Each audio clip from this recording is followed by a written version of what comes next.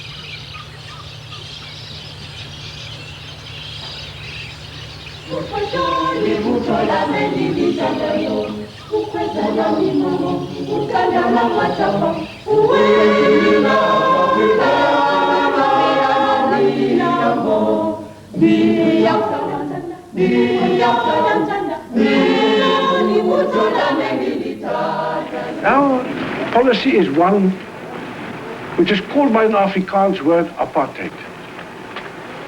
And I'm afraid that has been misunderstood so often.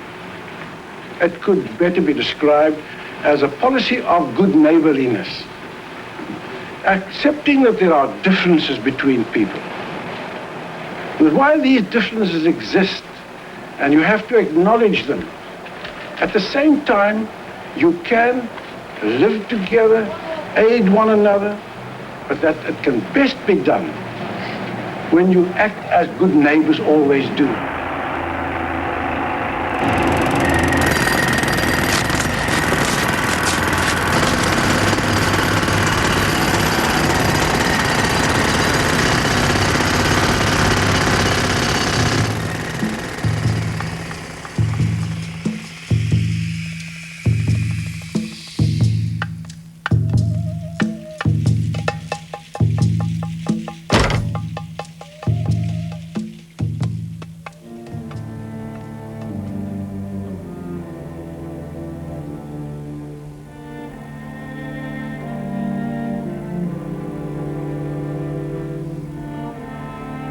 Världskrisen 1929 slår mycket hårt mot Sydafrika.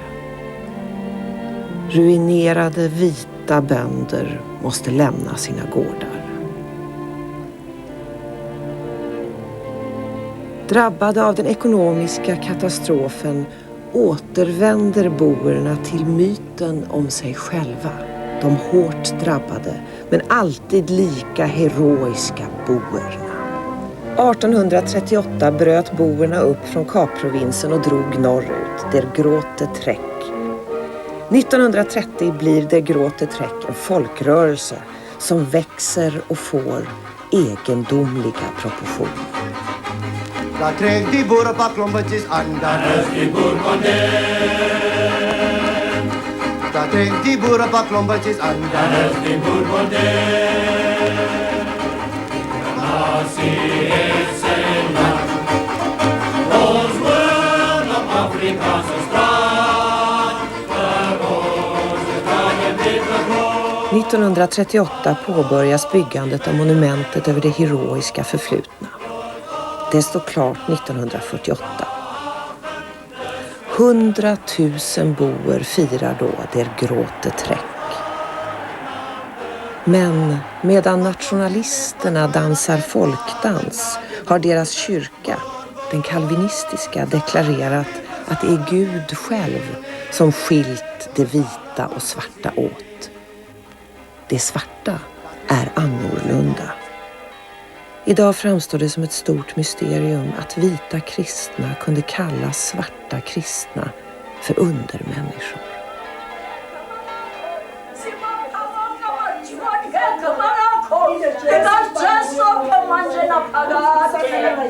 Amen.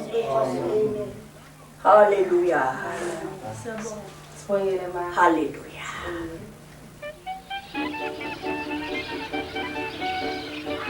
Tala till mig, Pesselpotbres, du är ett judiskt barn från Litauen. Du kom hit på en båt från Hamburg till Durban februari 1933, samma månad som Hitler kom till makten. When we arrived in Durban, I remember standing on the top deck, which was very high, looking down to the group of people who were waiting for us. There were a lot of immigrants. But I saw a lot of black men in the harbour, on the docks. And they were working very hard and going from one place to another. And there were a few white men too, and they were big and fat. And they sat around smoking, and they didn't seem to be doing any work. And that impressed me. Why were they just sitting and the black men were doing all the work? It didn't take me long to get the measure of, especially of Durban. It was a place full of prejudice and race hatred. Durban, en stad med olika sorters fordon.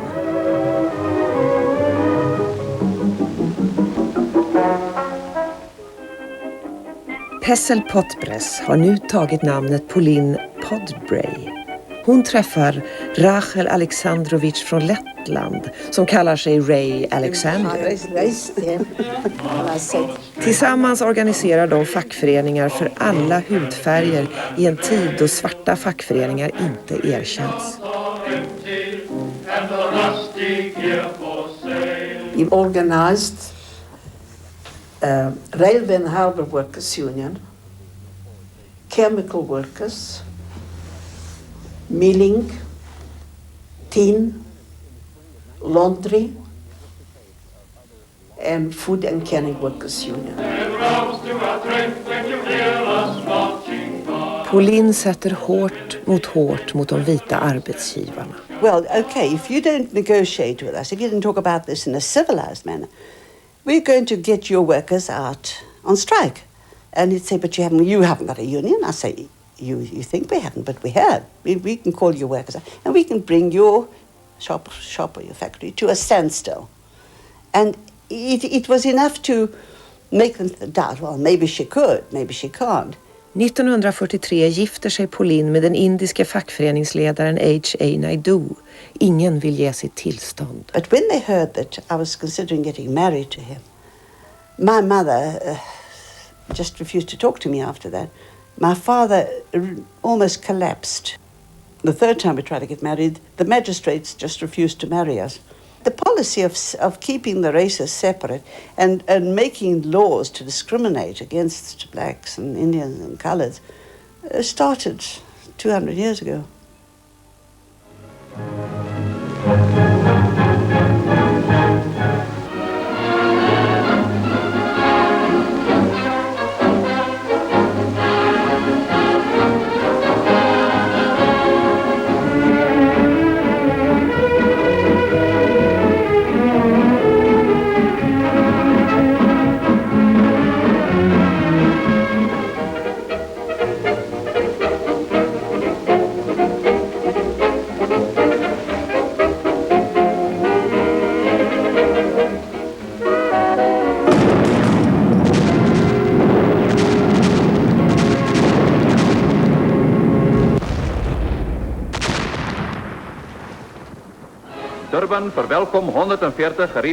Vita soldater återvände till Durban 1945 efter kriget. Men vart har de svarta soldaterna tagit vägen? Vad fick de för att de ställde upp frivilligt? They did expect something, but they weren't given a thing. The white soldiers that were there, they They bought land for them at Margaret Mason Tabernot. They gave them, they built houses for them, and our black soldiers were giving a bicycle and a huge coat, big coat, overcoat. Mei 1948, een nieuwe bewind. Dit ontkent die moraliteit van economische deurmekaar boerdery. Parallelle ontwikkeling, afzonderlijke identiteit, apartheid. 1948 kommer nationalistpartiet Boerna till makten. I den nya regeringen sitter ministrar som öppet visade sina sympatier med Hitler under kriget och därför spärrades inne. Den nya regimen börjar omedelbart att flytta isär svarta, färgade och vita. De eerste fase, een massieve programma van opruiming en reconstructie. Die beginpunt stadsachterbuurtes en die in waarde verminderde thuislanden.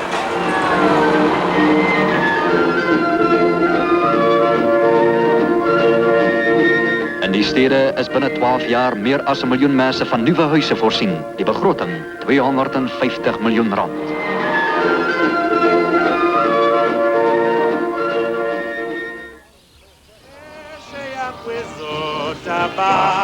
Tala till mig, Emma Marcinini, du som växte upp i det berömda Sofia Town. This was a place where everybody lived. From the Indians to the Chinese to the colored to the whites who were just across the road from us, and we did live together. We had cinemas in Sofia Town. Cinemas, we could go to cinemas. We have lots of jazz music, every kind of music. Of course, we had the wonderful young men too, who used to dress very well. It was a political area too, because most of our politicians were coming from Sofia Town. 1956 beordrar regimen alla svarta ut ur Sofia Town. Big trucks would come and just knock down your home. You had to have your belongings put on a lorry, and it wasn't one family, one lorry. It was several families in one lorry. Whether your children were at school or whatever, when that lorry goes away, it goes away.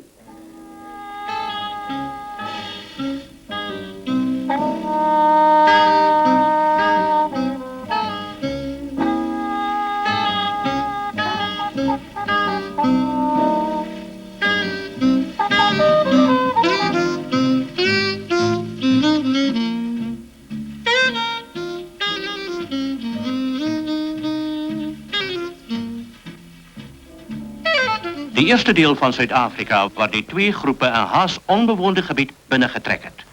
Waar zwart en wit die rechtkomdeel wat een nieuwe land hulle biedt. Aan die Bantu-groepen, zo verschillend van elkaar soos Deen en Duitser, Belg en Brit, is die afzonderlijke gebieden waar hulle gevestig was, toegekend. Die thuislanden van die Botswana.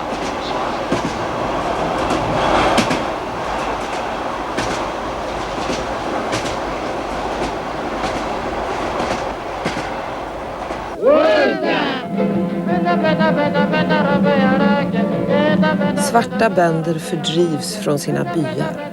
Men enligt propagandafilmen är de lyckliga och glada.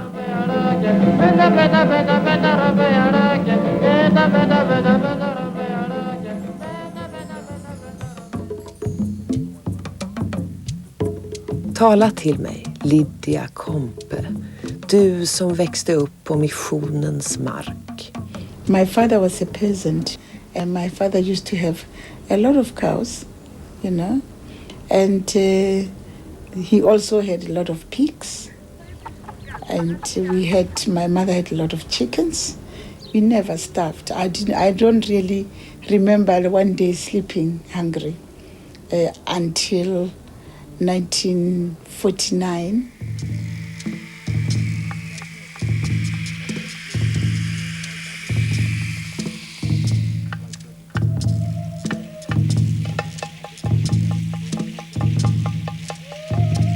In my father's field became a complete settlement.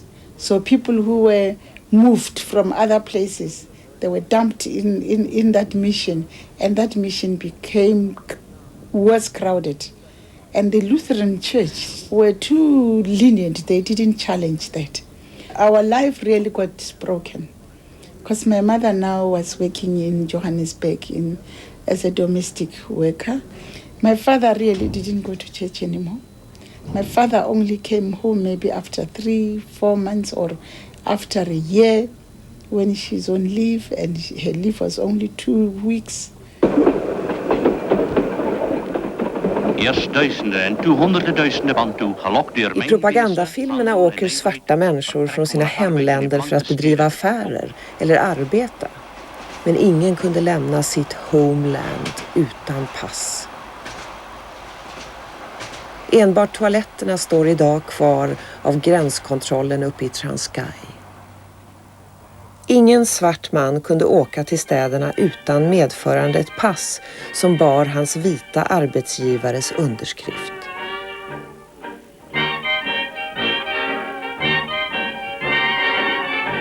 I remember my uncle was one of those people who came to stay with us, coming from Craydog.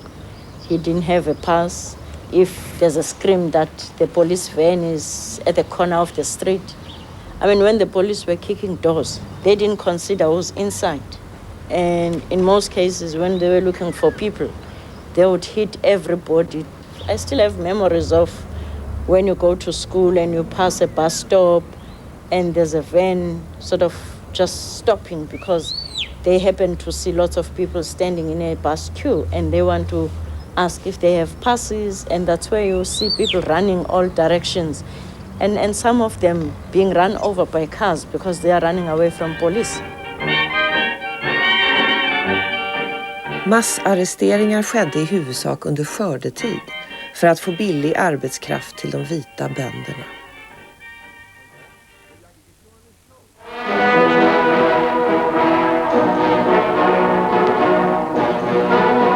För att hålla den svarta befolkningen i schack tillsätter regimen diktatorer och kungar i Bantustans. Alla är som vanligt lyckliga och glada.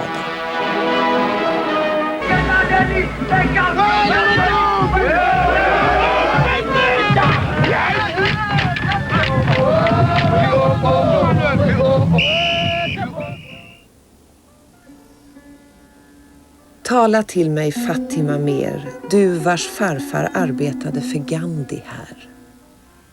The government had imposed passes on African men, but not on African women.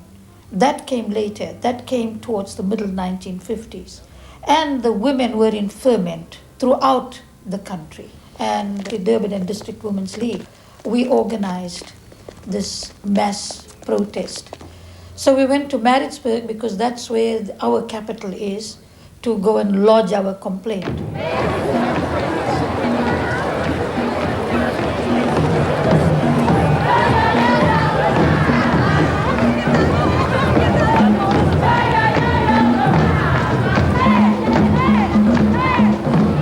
$20,000 kvinnor går till regeringen i Pretoria och överräcker 100,000 protestunderskrifter.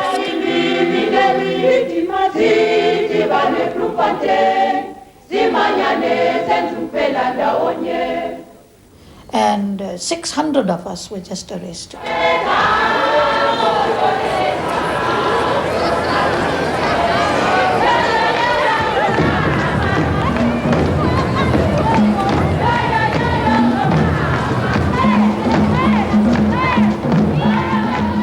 And they couldn't put us in prison because there was too many of us.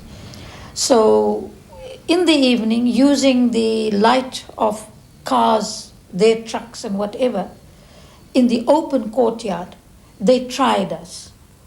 Subsequently, we were all discharged.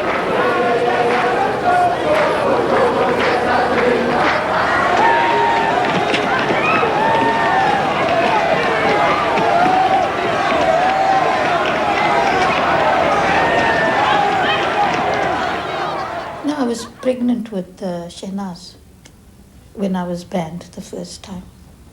The government gave themselves power to ban people just as they felt, just as they wanted to. And there was no recourse to law. They could arrest people and keep them. They could keep them, place them under house arrest for years, which they did. So, all social gatherings I was banned from. I couldn't speak in public. Nothing that I wrote could be published. And then I was excluded from being in certain areas, black areas, Indian, colored, African. That's what it implied. 1954 kandiderar Ray Alexander till parlamentet, en populär kandidat. I stood for parliament and I was elected. The night when I was to be in parliament, they brought me a new banning order, not to enter parliament.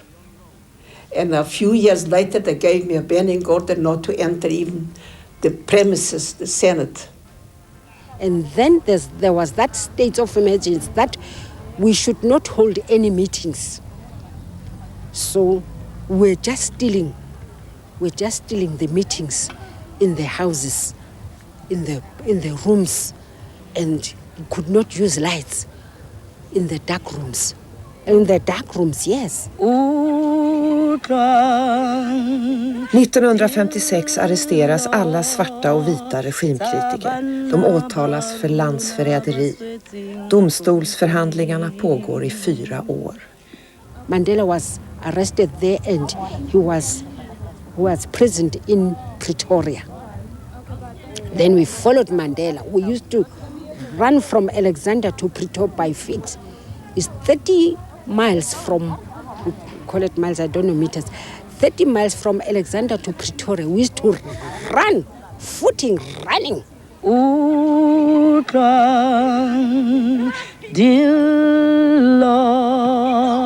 Sabana baruna basweting company.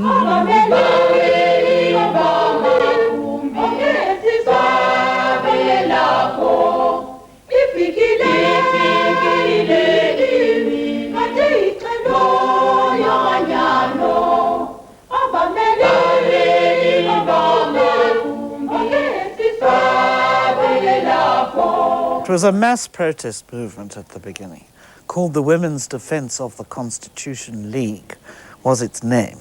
But because they wore those black sashes, the press just labelled us the Black Sash. So then the organisation took that name officially. I remember Moira saying to me, I agree with all that, but one thing I will never get myself to do is to stand in the street for the state. But she did. First time we did it, she did it. It wasn't physically dangerous, but one was always aware that the laws were such that one could have been imprisoned or banned or banished or something,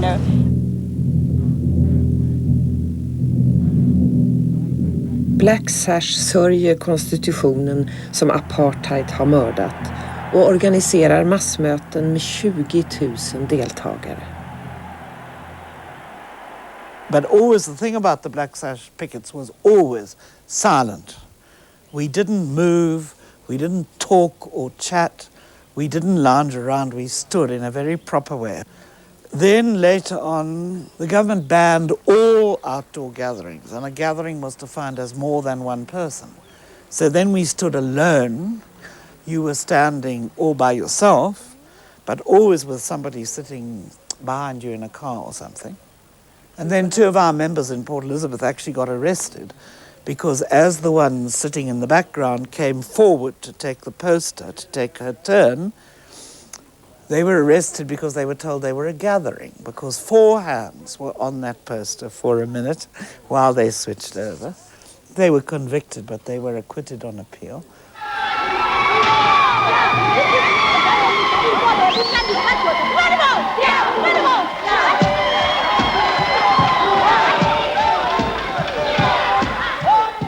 Women would brew beer brewing and consuming beer in community within the family. This is very much part of the African tradition. But the police would go around, and where they found beer, they would just spill it out, and then they would arrest the women. The first 6 months of my life I spent in jail with my mother.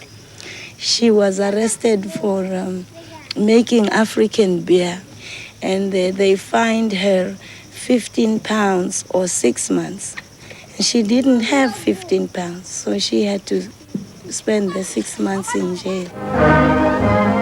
Native beer halls, run by the Non-European Affairs Committee, supply Kaffir beer, A healthy cereal brew, infinitely preferable to bathtub spirits made in backyards. The government ran its own beer halls. And those beer halls obviously competed with the beer that was being brewed by the women. We organized a meeting at the Bantu Social Center to call all our men to come. And we spoke to them and said, please, don't go and buy beer from the beer halls now.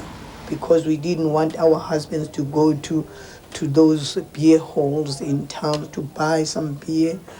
And then I take this stick, he called. It is quite fushane silindele ukuthi cha ke sikhombisa ukuthi siya actor.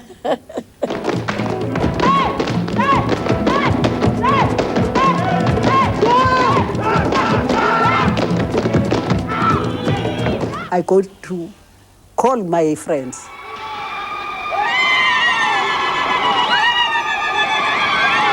Everybody just stand up looking at me. I start.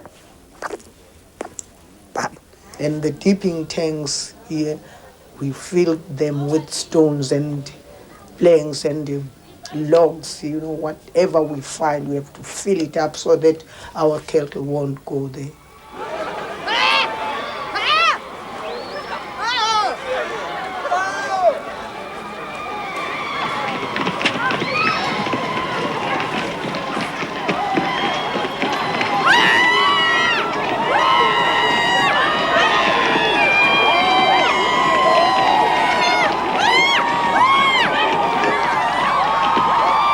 Women just rose in revolt and 9 policemen were killed.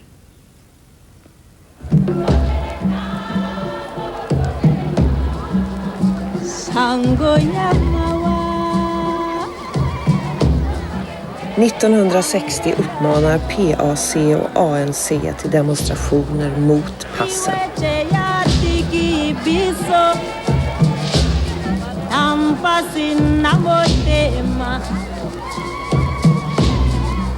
Tango yako kakite Betty Pons. Sharpeville 1960. 70 demonstranter dödas av poliskulor. 146 såras.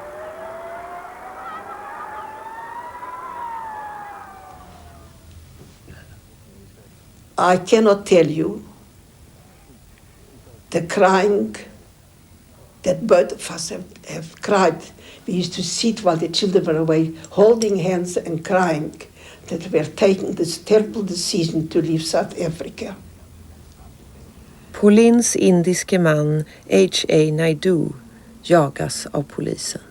What we had to do is he stowed away on board a ship, an Indian ship. And I tried to get passports. I bribed officials. I pulled strings. I was told that if I'd been an ordinary criminal, I would have been able to get my passport, but politicals, they're not going to touch. Pauline och hela hennes familj flyr till Europa. 1960 släpps alla de som anklagats för förräderi. En kort frist. Men snart är de alla bandlysta på nytt eller i fängelse på livstid. Och de svarta kvinnorna påtvingas nu passen.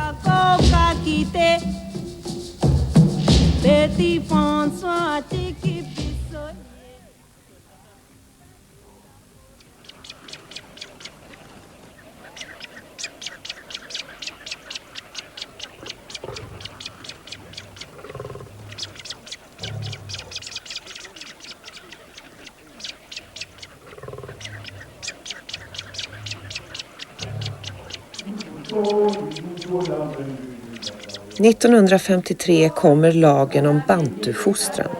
Den påbjuder sämre utbildning för svarta skolbarn. ANC-kvinnornas liga tar barnen till sina egna hemliga skolor. The ANC Women's League took us for a right education. So on that process, they were caught by security branches arresting these women who are teaching the children. One day the police came and assault us with a jumbox. They don't beat you with their hands. One thing we didn't get then, there were no tear gas, there were no bullets, but the police, they were assaulting us with a jumbox. You're going to be put on the bench by the police. Another person is here on your head, another one on your feet, and the jumbox is in the basin, in a salt water. And when they jumboxed you on your bum, you will have a cuts on your bums.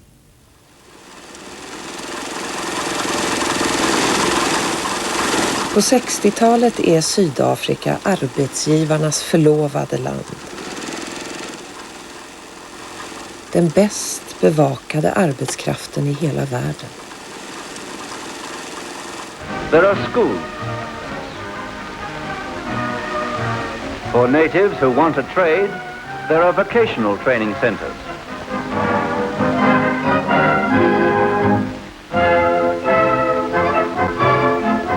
One of the City Council's main obligations is the maintenance of public health.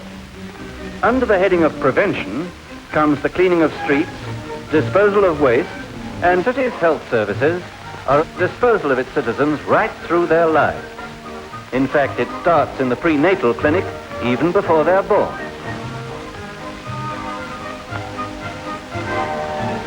Restaurants serving meals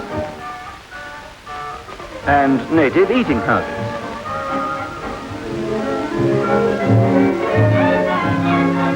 In the heat of the summer, every year 134 million passengers are carried and fares amount to £1.5 million.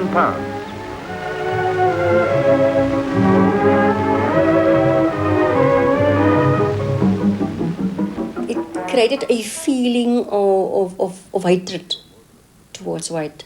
I must say that to you. They would think for you. They would say things in front of you as if you're an object and not a human being. We were always just the maid, the boy and the girl, you know. They'll get up in the mornings at 6 o'clock. They'll go and make tea. They will see to the employers and their children's shoes, school shoes. And they will take the children to school. If it's a child that has to go to creche or a child to go to preschool, ending often 2 o'clock in the morning babysitting. You had to give another woman's child love, and your child is growing up there in the rural area in Transkei with no love. Some of the children don't even know their mums when they came home because it's only a grandmother or an auntie. You were too scared when you get a baby to give the child, to breastfeed the child in the hospital, because the moment he gets used to your milk, will he be able to get used to my sister's milk? Because that child must be given over to your sister now. You are suffering like mad because you come back here with breast as swallowed as so big, and you are so sore, and you have to work. For us as mothers to let a white person's child start walking, to see the child get his first teeth, that you are the person who's going to tell their child, Mama, Papa. And tonight when they came home, you will say, I've got a surprise for you, madam. What is the surprise? And then you will say to your mommy something. And the child will say, Mommy. Mommy, the first word which come out of that child's mouth didn't go to his mother. It went to this black woman. But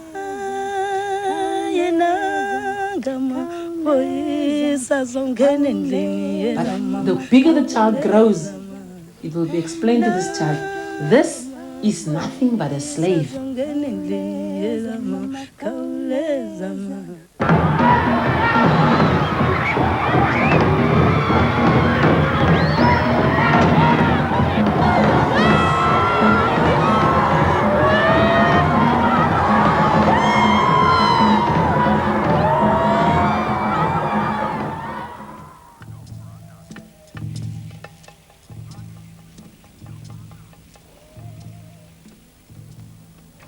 I wanted to go to school actually, but I had no money.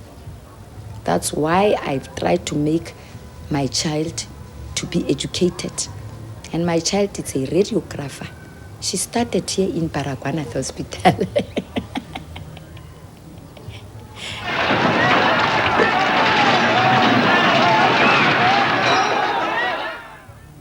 It was on Friday, 13th of September.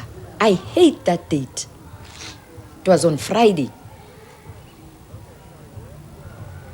I went to work. My child go to school. In school, there were South African Defence Force members. And then the other kids jump from the window there down to ground floor. Because now there's a shambok there, and there's a guns this side, there's a dogs here, you see. So the other kids, even now, they are this thing, they are using wheelchairs. Mine lucky because they just broke the leg.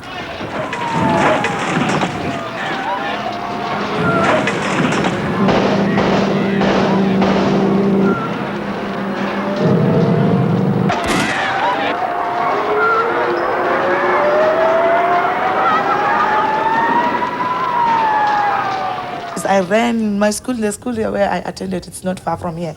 I ran all the way to come here in the house. And when I came into this house, I realized that I was shot with a rubber bullet. On the way home, there was the police van shooting my child.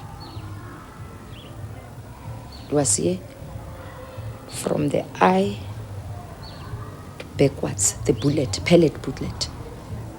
The brain was scattered on the floor. So the children decide to take this child to the hospital. And when we are taken to the hospital, they'll go to the hospital and finish you off to erase the evidence. Almighty God, help me today because I don't know what is going on here in the hospital. Maybe my child is alive, maybe my child is dead.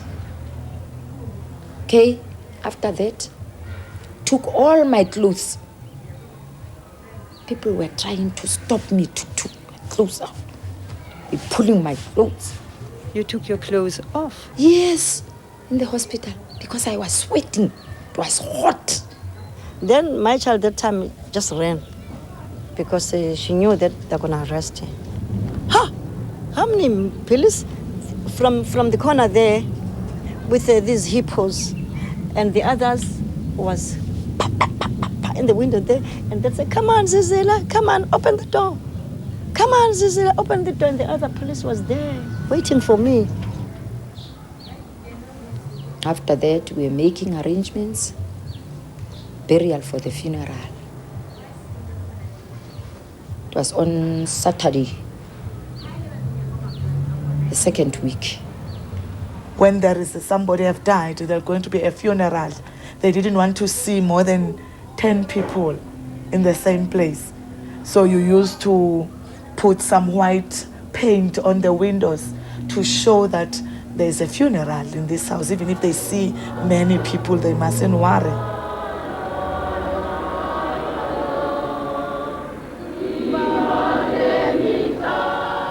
So the police, when they arrive at the graveyard, they find that there's a lot of youth and people, elderly people in the graveyard. And we are also coming with about 10 buses. And to Winnie Mandela, they said to Winnie Mandela, "You're not going to enter the graveyard. You go back with all your people." They're giving us 5 minutes. And Winnie Mandela said, "I'm giving you 2 minutes to disperse. For you've killed him and you don't want us to bury him."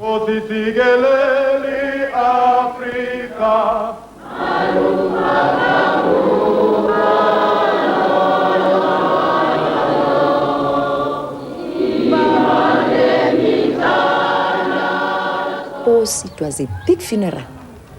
There was a helicopter throwing tear gases, and my house was smashed.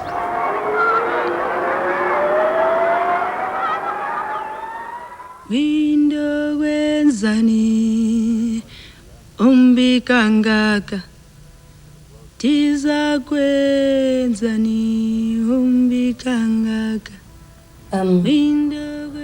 And I said to her, "No, Mama, you can look after my children when I do go to prison, but I am not going to sit back allowing other people to go to prison and me sitting on the side looking to them. So what we would do is we would go in the streets and talk to women between their lunch hour up to 4 o'clock, and we talk, look, how are you? Are you happy with your job? How much do you earn? Some workers will say, tell us the truth, and others will say, we don't want to talk, we're afraid. And that's how we did it.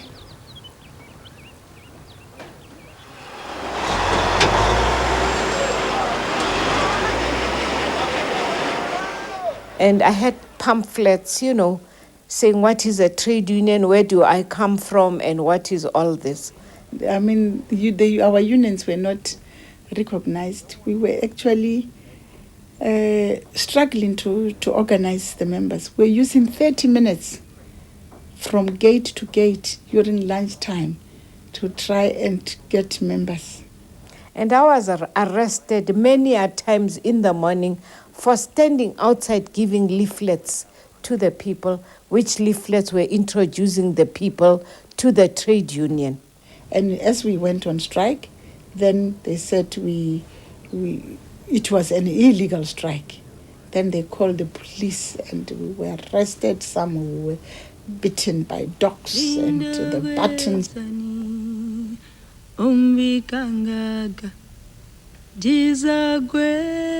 The apartheid government, they did not know that by arresting me every time I get to a place, they were advertising me.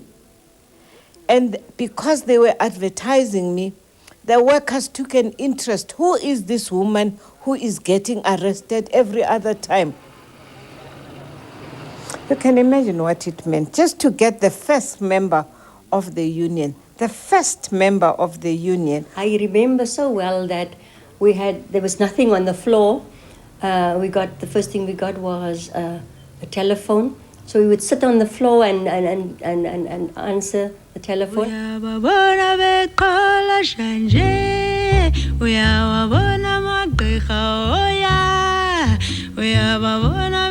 The big bosses would not even want to negotiate with us.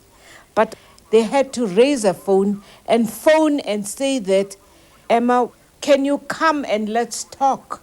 And I said, I'm not coming. Can you come here and let's talk here from this humble union?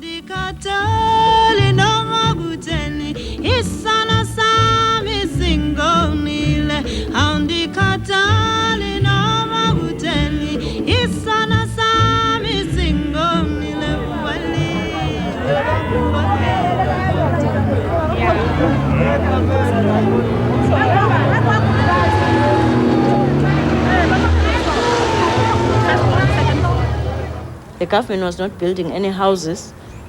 The government was not paying decent salaries. The main thing was bread and butter issues. So we started something called United Women Organization in the Western Cape, and it sort of spread. Within a short space of time, it spread like a wildfire. When the women stand up, you know, they sort of challenge politically. They came and took me from my home very early in the morning. They woke up my family in a most unpleasant manner. They came in many cars. I was detained. Bonele, the one who's 10, was only 1 month. And I stayed with him right through the 6 months in solitary confinement. What do you mean? Did you have your baby in the cell? Yeah. I had him with me right through. There was one time when I had not seen outside for a long time because I was in solitary confinement.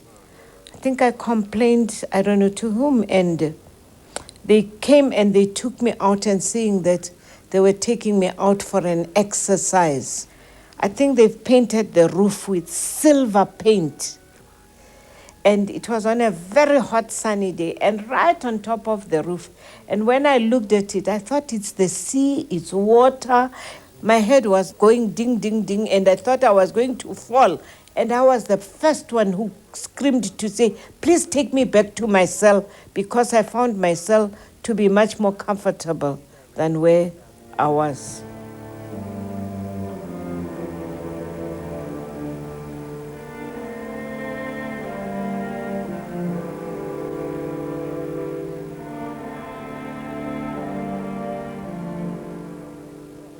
What used to happen is that we had an African principal.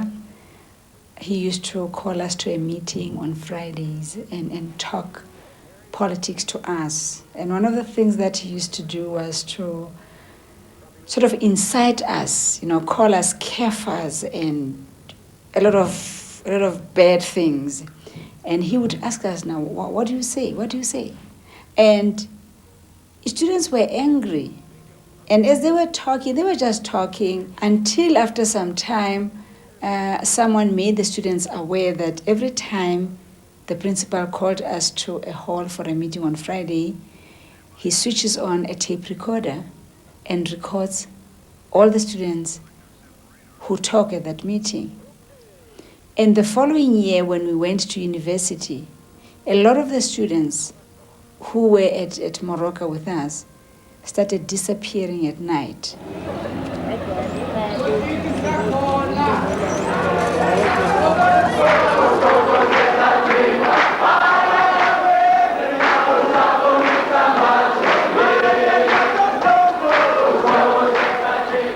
The student demonstrations and action that we embarked on in 1980 against apartheid education was something that happened throughout the country.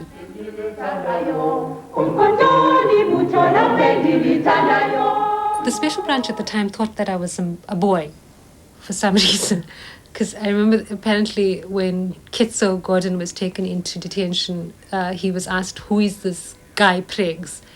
And so I think they thought that I was boy. I used to wear these big anoraks that were very shapeless and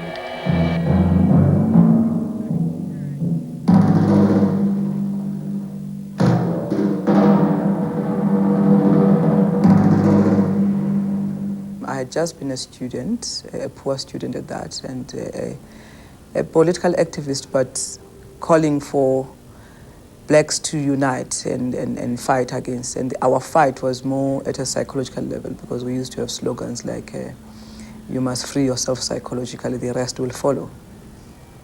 And we're still waiting for this rest to follow when we get arrested. And the security branch came down the stairs with these big machine guns or rifles. I don't know what they were. I don't know what they were, these big guns.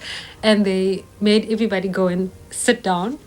By then I was a teacher, and it's very easy to intimidate. It was very easy to intimidate security branch people, because I think when you've sort of assumed this position of some silly authority, they got intimidated by that. The isolation itself, psychologically, if you are just closed in one cell with only a bucket for company, that bucket is as a toilet, and the whole day there is absolutely nothing else. The cell is dark and there's nobody to talk to. You get to a point where you look forward to the torturers. They used to hit my head against a wall for the whole day, like a ball just standing next to the wall, and you just have your head hit against the wall. And it gets to a point where even when they're not pushing your head, you sort of yourself just go to because it becomes an automatic movement. It's difficult to talk about these things there. I would say the 1 month I was menstruating for the first time since I was in jail. And I had no access to water, of course, to anything. So if you're going to sit like that for the whole day and night in that state, with blood just flowing, and then they take you for questioning, and you're in that state, of course you're smelling. And of course they don't allow you to go out and clean yourself. And they're going to be ridiculing you about your smell. And by that time, of course, you have lice, because you have not, the cells have got lice. And you have not washed for something like 2 months. When I got arrested, I was in bed with my 18-month-old son.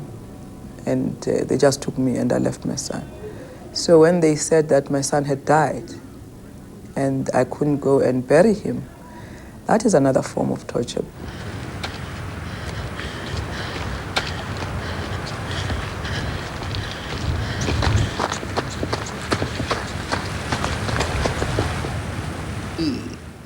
The drop in the river was steep, you know, because it was closer to the mountains.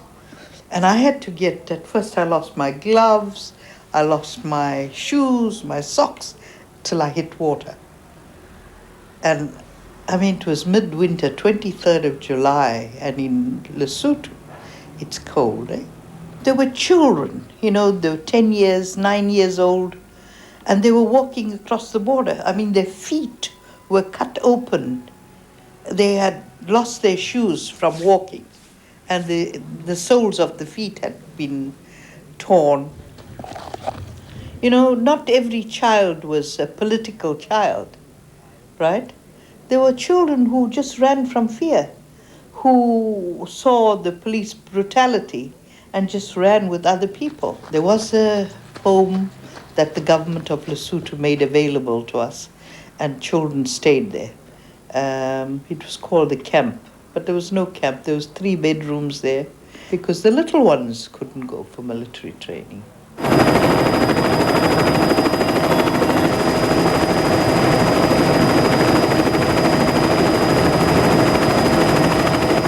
And they came by helicopter mainly, and they got off at different spots. They ranged from 4 years. 4 years. There was a 4-year-old child because he had a birthday the week before. It was so, you know, and not shaven, young boys. And it was a privilege for me in the sense that I could take care of them when they needed to be taken care of. So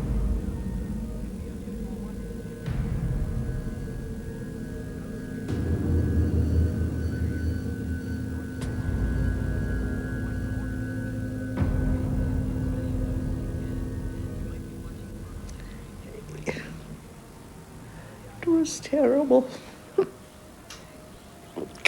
It was terrible. Oh my God.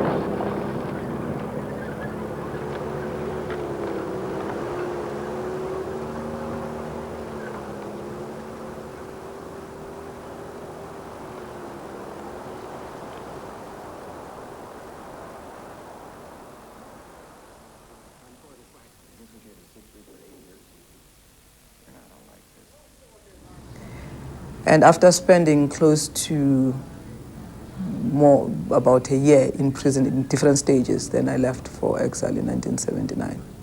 And that's when I joined the ANC. If you get to training whereby you have to handle a weapon which you have never handled, you become quite nervous.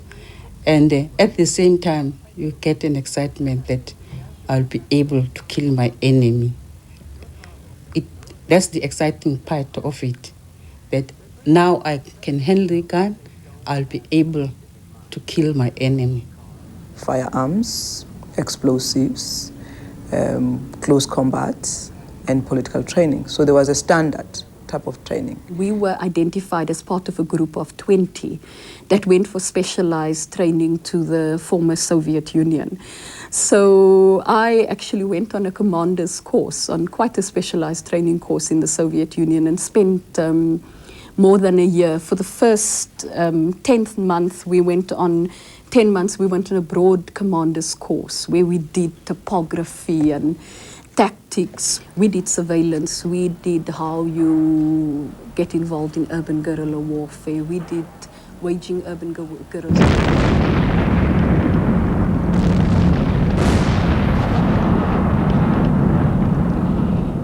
There was a unit, a very good unit.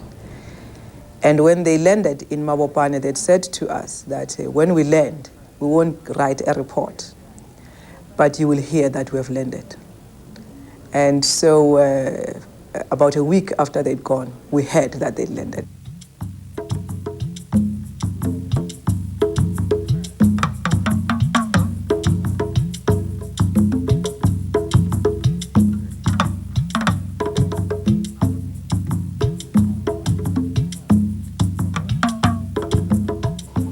I think that there was a strong feeling of comradeship, and there was a strong feeling of commitment that, in fact, this is something that cannot be delayed any longer. Well, I used to organize in Transkei and spread the word. Or I used to say, I'm a preacher, I'm spreading the word of God. You know, who is God? I say, God, our creator, made us to stay here in Africa. We must fight for this land.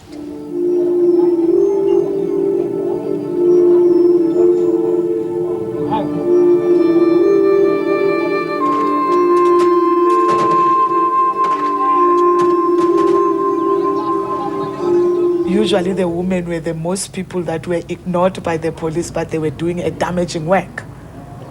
We usually carry the ammunition in our skirts, the AKs and the hand grenades and everything, and sit in the taxi.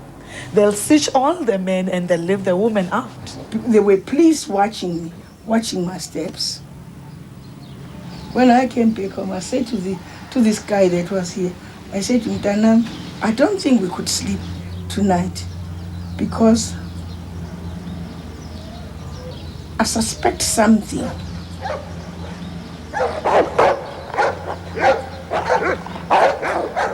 When we woke up at 2 o'clock, there was a light here, standing up like this, and there was a light there, there was a light on the other side. And the guys, they got up and said, oh, we are in the war, let's fight.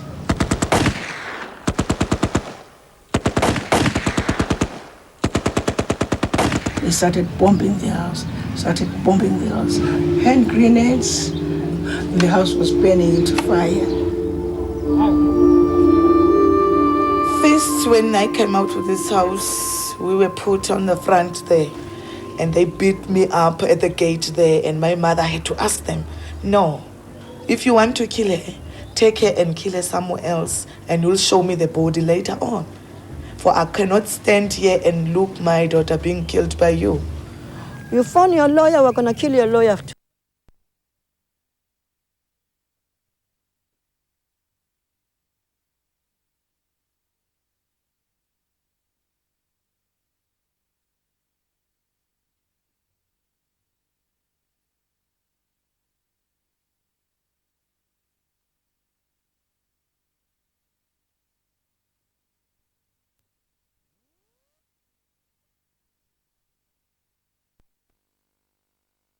No, if you want to kill her, take her and kill her somewhere else, and you'll show me the body later on. For I cannot stand here and look my daughter being killed by you. You found your lawyer, we're going to kill your lawyer too. We don't care about your lawyer, you got lawyer or you haven't got lawyer, we are taking you. Where? You'll see, the inside swart. Mr. Van Wyk, he opened his briefcase and he took 2 tall tear gas tins and he was saying, okay, let's use this to her, she will speak. They took me to a room where my head was covered with a white sack and it was tied at the back. And my hands were still handcuffed. I couldn't take the sack out. Then these two policemen, I think they were two, they asked me, which organization do you belong? What are you doing? Why are you bombing? Why are you killing people and all that? I told them that I know nothing. And the sack, mind you, was wet. Always when I try to talk, the sack will come back and it will close my nostrils and my mouth. I couldn't breathe properly. And they spray me with 2 tins at one time, one here, one there, spraying my face, spraying me. Electric shocks all over my body, even my private parts. And then that woman started to hit me. I hit her back. and then I took her hair to my hand like this. I hit her back into the wall there. And then the men came to me. They were just walking on top of me. I was looking forward to die there instead of giving information, because the whole thing they were saying, it was true. The time they were assaulting me, I had one child, the cater, the MK member, in the township, who's called Slumber. And now if I release that, they will die. Even the owner of the person, the owner of the house will also die. So I'll be killing many people. Instead of killing the people, let me die, you know. There were a lot of police came here, and they said, look here now, we told you that your child, the ANC killed your child.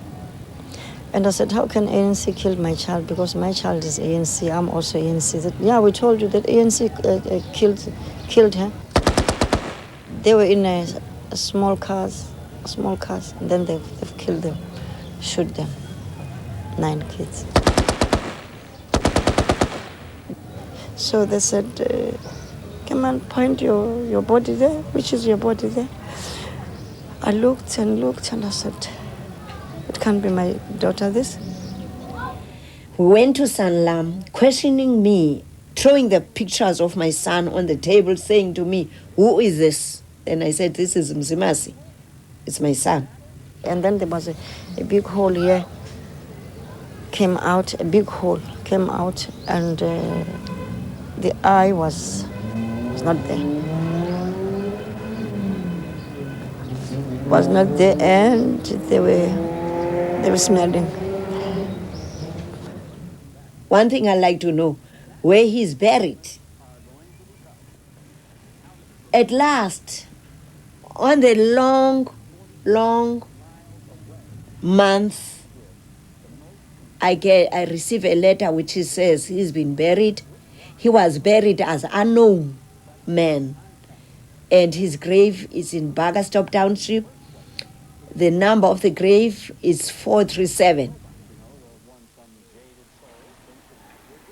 Regeringen förklarar undantagstillstånd 1986. In this climate of increasing violence, it is not possible for the reasonable majority to continue the search for a peaceful and democratic solution. The government is well aware of the fact that stricter security action will elicit strong criticism and even punitive measures from the outside world. The implications and the price of these have also been taken into account. 4:e undantagstillståndet. Allting som vanligt.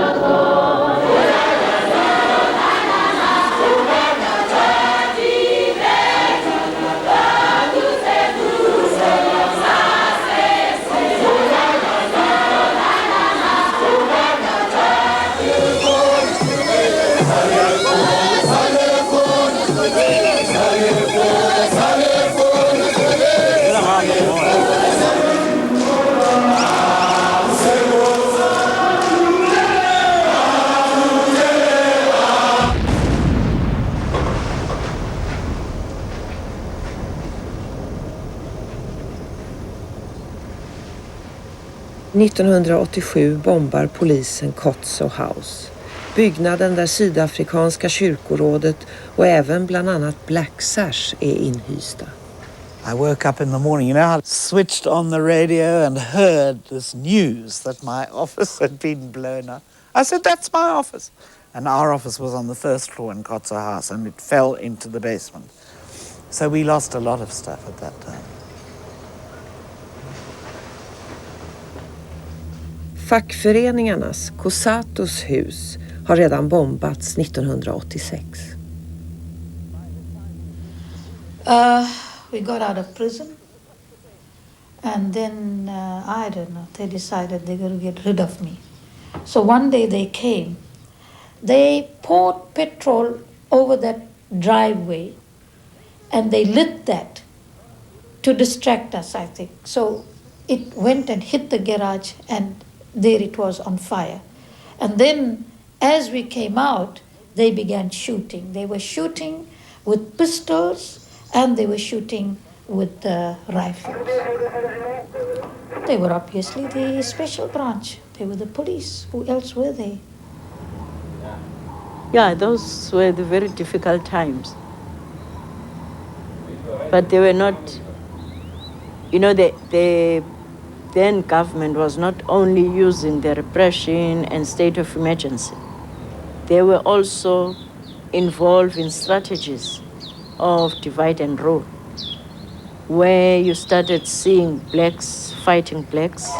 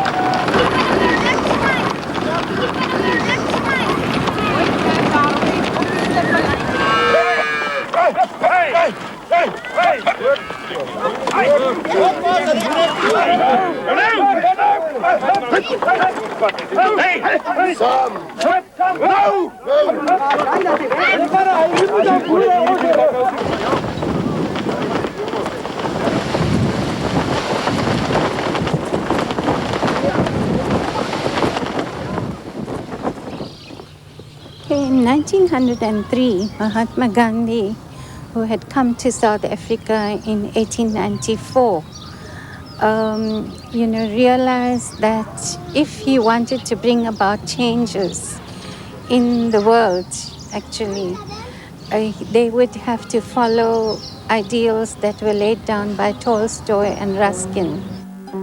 Gandhi och hans fru Kasturba kom till Sydafrika och fann snart att engelsmännen behandlade de indier som de faktiskt tagit dit som slavar. Gandhi stiftade Indian National Congress, förebilden för ANC, African National Congress. Men när han såg sig besegrad marscherade du Kasturba i fängelse. 20 000 indiska arbetare följde ditt exempel. Du vann den första segern. En ny lag som tog bort passen från alla dina landsmän i Sydafrika. 1903 köpte Gandhi en kulle utanför Durban och byggde den första bebyggelsen för alla raser. Phoenix Settlement. Den allra sista byggnaden som apartheid förstörde. There were large groups of people who were sent out here. There was no inquiry held about, who did it or anything. So it's just speculation as to who these people were. There were people who came in here and systematically burnt down buildings and broke down, everything here, the entire area.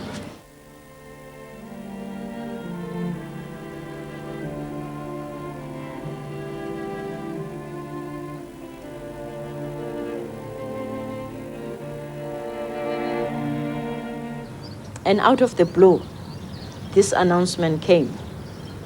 Because I must say, then, even though we knew something was happening, we were not right into, the forefront of the negotiators who knew every detail, who knew when the announcement is going to come. The government has taken a firm decision to release Mr. Mandela unconditionally. I am serious about bringing this matter to finality without delay. The government will take a decision soon on the date of his release. And the walls of apartheid are falling! And then comes sudden possibility of coming back to South Africa, which I never expected would happen. It was a miracle. The clerk issued the statement that the parties unbanned, the ANC is unbanned, the PAC, and all those banned can come back. Oh, I said, let's go back right away today. Tonight is a plane.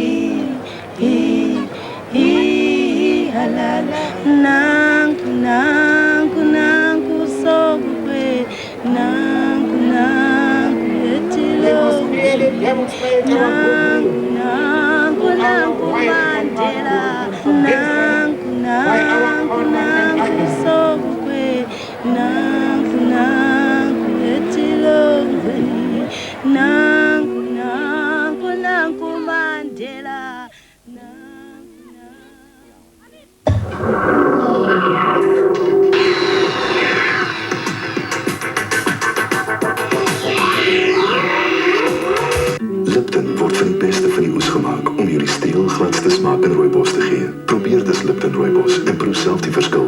Lipton. Panasonic's advanced range of digital switchboards, high-resolution laser faxes, and state-of-the-art copiers now give a whole new meaning to the brand.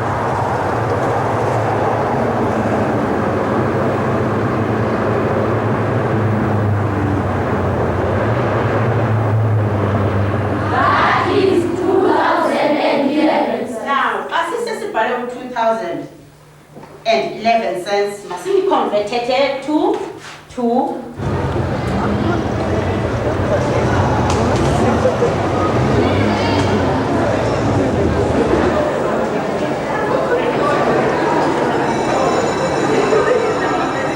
If we don't look out, it may, one, be just an elite few that get a few of the black people joining the propertied class.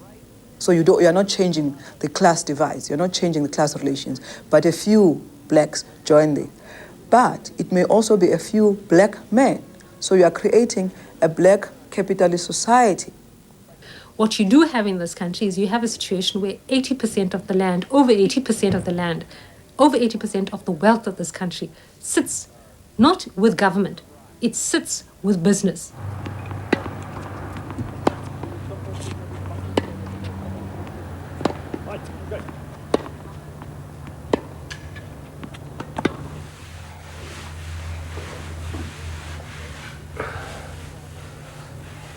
The poverty in this country is getting worse It's worse now than it was in 1990.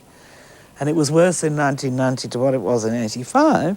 And when you see people growing poorer and poorer, and you look at what does our Bill of Rights mean, what do the socio-economic rights mean, if in fact government economic policies are preventing us doing what we ought to do about that.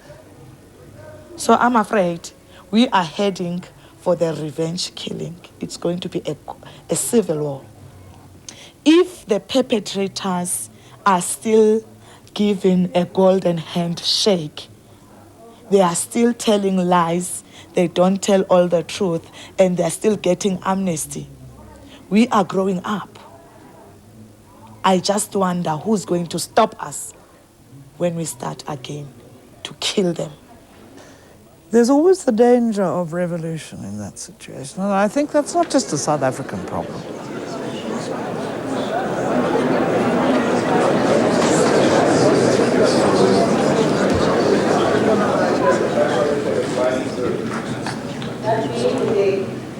When I came here, I want to say I even regretted why I was here.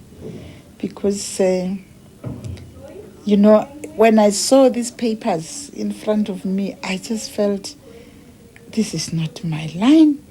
And to be sitting in the office like this in the morning, going to the meetings, arguing with my, you know, I still felt, you know, those people were still my enemies. I want to be honest. And I felt very wasted. And I just thought, no, I must go.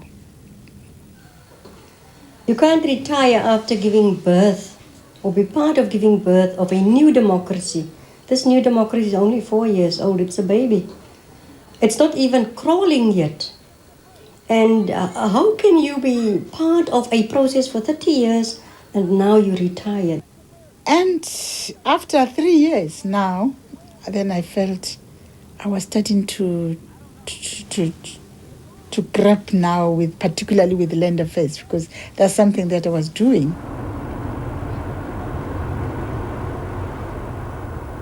When the people of Mokopa got their land back, then we encouraged others to go back to theirs.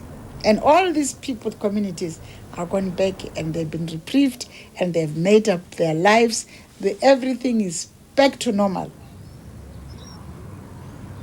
I got involved in politics by default because of South African situation. If I was in any other country, I would be a happy, naive housewife. But I think now I'm saying I'm fully involved in transforming my country. If that is politics, then I'm a politician. Outing, outing, khutsanyana tsa ka di feletsiteng, khutsanyana tsa ka di feletsiteng, Gauteng, mona Gauteng. Utlwang dillo tsa banna ba rona ba swetseng komponing, banna ba rona ba swetseng komponing, Gauteng, mona Gauteng, Gauteng, mona Gauteng. Bonang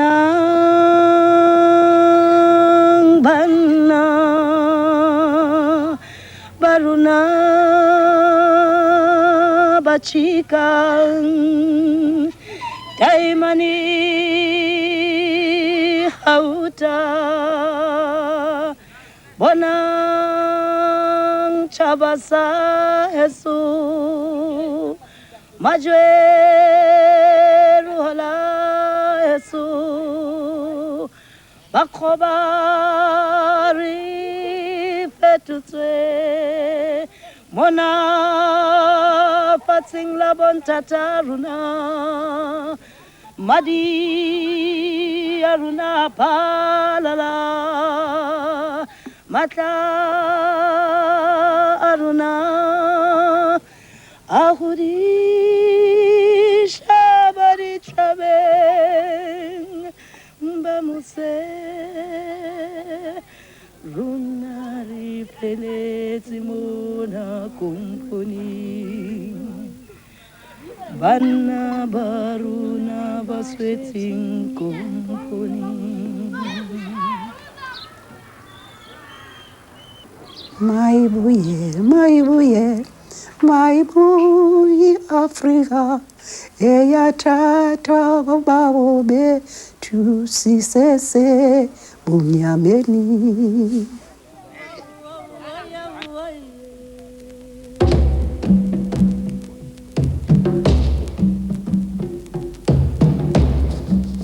Sango ya mawa Sango ya mawa Iweche ya tiki biso Nampasi namotema Tango ya koka kite Beti François tiki biso ye Paningana panapeya Nampasi nanenga mawa Yeah